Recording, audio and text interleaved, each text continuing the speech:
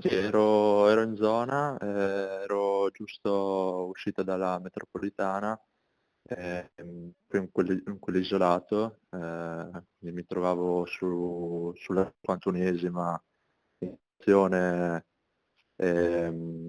direzione Park Avenue, dove appunto è accaduto il fatto. È il drammatico racconto di Marco Bertoli, ingegnere gestionale di Cividale del Friuli, che da tempo vive per lavoro a New York, quasi testimone oculare di quanto stava accadendo a pochi passi lunedì scorso.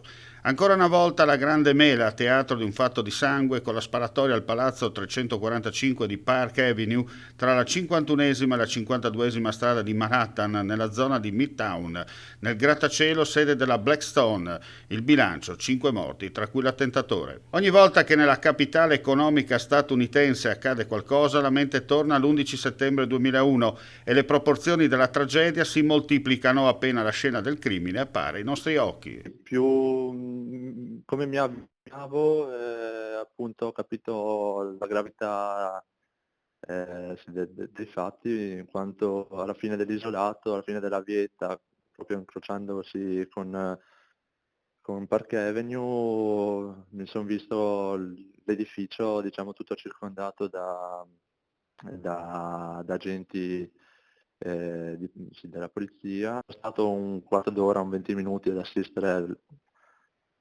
diciamo, nelle zone un po' più periferiche. Comunque sì, il perimetro veniva sempre più, perimetro di sicurezza sempre più ampliato. In quel momento sì, c'era ancora diciamo, il killer all'interno del palazzo.